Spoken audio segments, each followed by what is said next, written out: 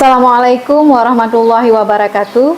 Perkenalkan, saya Yusnawati SPDI, guru mata pelajaran Al-Quran Hadis di MTSN 4 Aceh Timur, sekaligus mahasiswa PPG UIN Walisongo Semarang batch 1 tahun 2025. Dalam rangka menyelesaikan tugas UKIN, saya telah membuat sebuah video pembelajaran tentang sabar dan syukur. Bagaimana video pembelajarannya? Mari kita saksikan bersama-sama.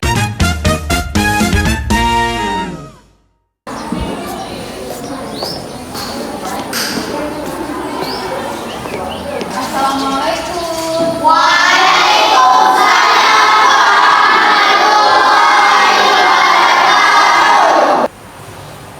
Ista'idna, qulna, astajibna. Assalamu alaikum warahmatullahi wabarakatuh. Waalaikumsalam warahmatullahi wabarakatuh. Idrisna. Apa kabar hari ini? Alhamdulillah, luar biasa. Alhamdulillah. Baik, untuk memulai kegiatan pembelajaran kita hari ini, alangkah indahnya supaya kegiatan belajar kita berkah. Mari sama-sama kita mulaikan dengan berdoa. Siapa yang memimpin doa hari ini? Saya Ibu. Oke, siapa ini? Silahkan. Amin.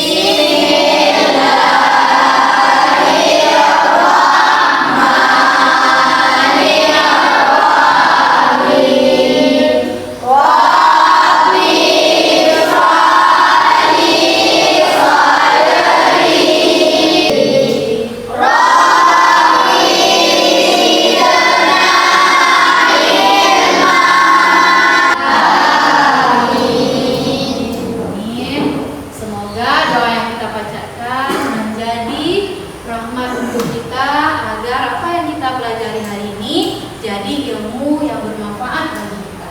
Amin. Amin ya rabbal alamin. Baik, Ibu mau cek kehadiran dulu. Ada nggak kawan kalian yang nggak hadir hari ini? Ada. Siapa? Berarti dua orang, Muhammad Heri Jibra sama Nurul Syakira. Kenapa? Oke, kita doakan semoga Allah beri kesembuhan kepada dua kawan kita, sebagaimana bisa mengikuti pelajaran seperti biasa. Alhamdulillah hari ini kita kembali dipertemukan oleh Allah dalam ruang yang sederhana ini untuk melanjutkan aktivitas belajar kita. Sebelum kita masuk dalam pokok pembahasan hari ini, Ibu mau tes dulu. Masih ingat nggak pelajaran kita minggu yang lalu? Siapa yang masih ingat materi kita minggu lalu? Alhamdulillah, rata-rata ingat. Untuk membuktikan ingat apa enggak, Ibu mau tes. Mungkin bermainlah bisa. Minggu yang lalu kita belajar tentang Quran Surah Al-Balad ayat 1 sampai 10 yang membahas tentang Kesulitan-kesulitan yang kita hadapi dalam kehidupan. oh mantap. Tepuk tangan untuk bermainlah. Oke, satu lagi mungkin Raisul bisa, Raisul? Oke, minggu yang lalu kita belajar tentang Surah Al-Baqarah ayat 153 yang berisi tentang menjadikan salat dan kesabaran sebagai penolong dalam menghadapi cobaan. mantap. Tepuk tangan. Aku harap yang lainnya mengikuti jejak dua teman kalian ini yang mana tetap mengingat materi-materi yang telah kita pelajari dan kalau bisa dan harus bisa kita terapkan dalam kehidupan kita sehari-hari. Oke. Nah, kalau di pembelajaran minggu yang lalu kita belajar tentang tantangan-tantangan dalam hidup, minggu ini kita akan belajar cara menghadapinya. Mungkin sekilas sudah dikasih tahu di pelajaran minggu yang lalu, hari ini akan dikasih tahu lebih rinci. Bagaimana sih cara menghadapi kesulitan-kesulitan yang kita hadapi dalam hidup? Tunggu, Ibu mau tanya. Dalam hidup ini kita ada mendapat kesulitan atau enggak? Ada. Pasti ya? Ada. Siapapun Sekarang tinggal bagaimana cara kita menghadapi kesulitan-kesulitan tersebut. Nah, sebelum Ibu masuk ke mata pelajaran inti mata pelajaran kita hari ini, Ibu mau sampaikan dulu tujuan pembelajaran kita. Nah, tujuan pembelajaran kita hari ini ada 3. Yang pertama, meningkatkan kecintaan peserta didik terhadap Al-Quran dan hadis. Nah, jadi setelah belajar pelajaran Al-Quran hadis, kita diharapkan agar tumbuh kecintaan kita terhadap Al-Quran dan hadis. Yang kedua, memberikan peserta didik dengan dalil-dalil yang terdapat dalam Al-Quran dan hadis sebagaimana pedoman dalam menyikapi dan menghadapi kehidupan. Nah, apapun kejadian yang kita hadapi dalam kehidupan, solusinya itu ada dalam Al-Quran dan hadis. Tujuan yang ketiga adalah menunjukkan sikap syukur ketika mendapat nikmat dan bersabar saat menghadapi musibah dalam kehidupan sehari-hari. Dalam kehidupan sehari-hari kita pernah dapat musibah nggak? Pernah dapat nikmat nggak? Nah, jadi ketika mendapat nikmat bagaimana kita bersikap? Ketika mendapat musibah bagaimana kita bersikap? Nah, hari ini itulah yang akan kita pelajari. Oke ya? Oke, udah siap? Ya. Sebentar lagi berarti Ibu akan putarkan video pembelajaran. Kalian simak. Setelah itu Ibu akan tanyakan apa yang kalian dapat dari video itu. Udah siap? Ya. Siap ya? Ya. Oke.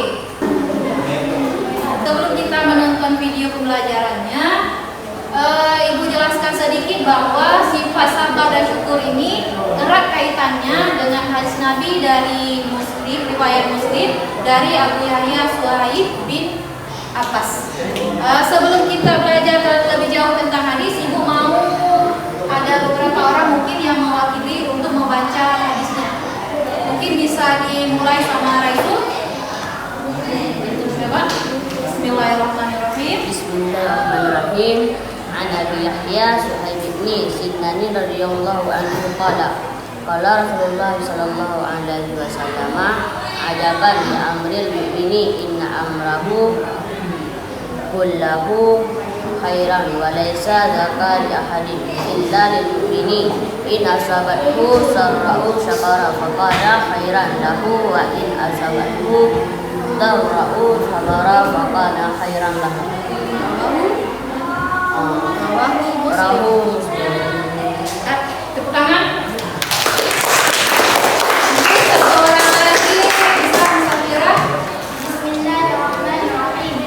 An Abi Yahya Suhaib bin Sinan radhiyallahu anhu qala Rasulullah sallallahu alaihi wasallam ajaban li amril mu'mini inna amrahu kullahu khairan wa laysa laka li ahadin illa lil mu'minin in asabathu sarra'u syakara fakana khairan lahu wa in asabathu darra'u sabara fakana khairan lahu. Rawahu Muslim. Terima kasih, tepuk tangan untuk kawannya. Alhamdulillah, mungkin bagi yang lain bisa membaca sendirinya lalu berlatih membaca Arab dengan lancar. Oke, baik. Sebelum kita lanjut lebih jauh mengenai pembelajaran kita hari ini, Ibu jelaskan secara singkat dulu bahwa sifat sabar dan bersyukur itu erat kaitannya dengan hadis riwayat Muslim dari Abu Yahya Suhaib bin Sinan. Nah, jadi kenapa kita harus bersikap sabar? Kenapa kita harus bersikap syukur? Itu sesuai dengan yang tertera dalam hadis Nabi. Untuk selengkapnya, pembahasan tentang hadis ini Ibu telah menyiapkan dalam video pembelajaran. Oke ya, kita mulai menyimak video pembelajaran. Setelah video pembelajarannya siap kalian saksikan, maka Ibu akan tanyakan apa yang kalian dapat dari video pembelajaran. Siap? Siap. Kita mulai ya.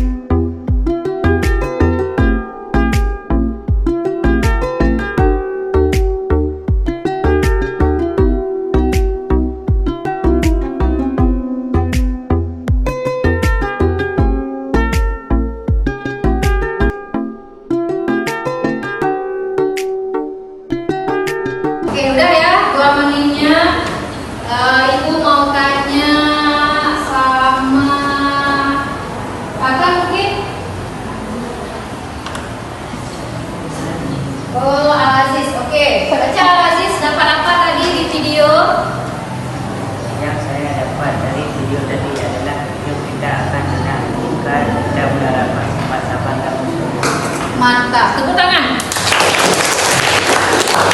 Oke, bisa satu orang lagi. Zahiratun Nufus. Oke. Dari video tadi yang saya pahami adalah sikap sabar dan syukur sangat penting dalam kehidupan. Oke, mantap. Tepuk tangan. Nah, berarti Ibu harap yang lainnya, kawan-kawan yang lainnya mengikuti jejak dua kawan kalian ini yang bisa menangkap dengan tepat apa tujuan dari video yang diputarkan tadi. Allah berikan. Nah, yang kedua, menunjukkan rasa terima kasih melalui lisan, hati, dan perbuatan. Jika kita mendapat nikmat dari Allah, kita tunjukkan lewat lisan. Mungkin bisa dengan mengucapkan alhamdulillah. Menunjukkan dengan perbuatan, kita pakai nikmat yang Allah berikan itu di tempat yang diridhai oleh Allah. Yang ketiga, mungkin ada contohnya mengucap alhamdulillah menggunakan nikmat untuk kebaikan. Oke, kita lanjut di slide selanjutnya. Ada makna sabar. Tadi udah syukur, sekarang sabar. Tahan terhadap ujian, musibah, dan kesulitan. Dalam hidup kita pasti akan menemui yang namanya ujian. Pernah dapat ujian? Pernah. Pernah dapat musibah? Pernah. Pernah dapat kesulitan? Pernah. Sering kadang ya. Nah, jadi harus ada sifat sabar. Yang kedua, tidak mengeluh atau putus asa. Nggak boleh mengeluh kayak yang tadi, nggak boleh merepek. Nggak boleh kita marah-marah terhadap ketentuan yang Allah berikan kepada kita. Yang ketiga, contohnya tetap salat dan berdoa meskipun sedang mengalami kesedihan. Jangan nanti lagi sedih, misalnya orang tua yang meninggal, nggak mau salat lagi, Allah nggak sayang sama saya. Nah, orang tua saya udah diambil lagi, saya nggak salat, saya nggak mau sedekah lagi, saya nggak mau berbuat baik lagi. Boleh? Tidak. Nah, jadi harus kita terapkan sifat sabar supaya kita tidak salah minta, supaya kita tidak salah bersikap, supaya kita bisa bahagia di dunia dan akhirat. Kalau ditanya mau bahagia dunia dan akhirat? Mau. Caranya sabar dan syukur. Oke, kita lanjut. Keutamaan mukmin yang menerapkan sikap sabar dan syukur dalam hati. Yang pertama, hidupnya selalu dalam kebaikan. Mau hidupnya selalu dalam kebaikan? Mau. Apa yang harus diterapkan tadi? Sabar dan sabar. Oke, sabar dan bersyukur. Yang kedua, reaksinya terhadap segala situasi mendatangkan pahala. Jadi kalau kita sanggup bersabar ketika kita mendapat ujian, mendapat musibah, Allah kasih pahala. Bahkan setelah cobaan itu Allah akan kasih nikmatnya. Allah akan kasih Allah akan mengangkat derajat kita. Yang ketiga, menjadi pribadi yang tenang dan tidak mudah terguncang. Jadi tenang apapun masalahnya, apapun yang terjadi, kita tetap tenang. Karena tadi kita punya sikap apa? Sabar dan bersyukur. Kalau kita tidak punya sifat sabar dan bersyukur, mungkin ketika ada kesulitan kita udah meledak-ledak, udah marah-marah, udah teror semua orang dengan masalah kita. Padahal semua orang punya masalah. Bagaimana cara kita menghadapi tadi? Menerapkan sifat Sabar dan bersyukur. Oke, sifat sabar dan bersyukur. Oke, selanjutnya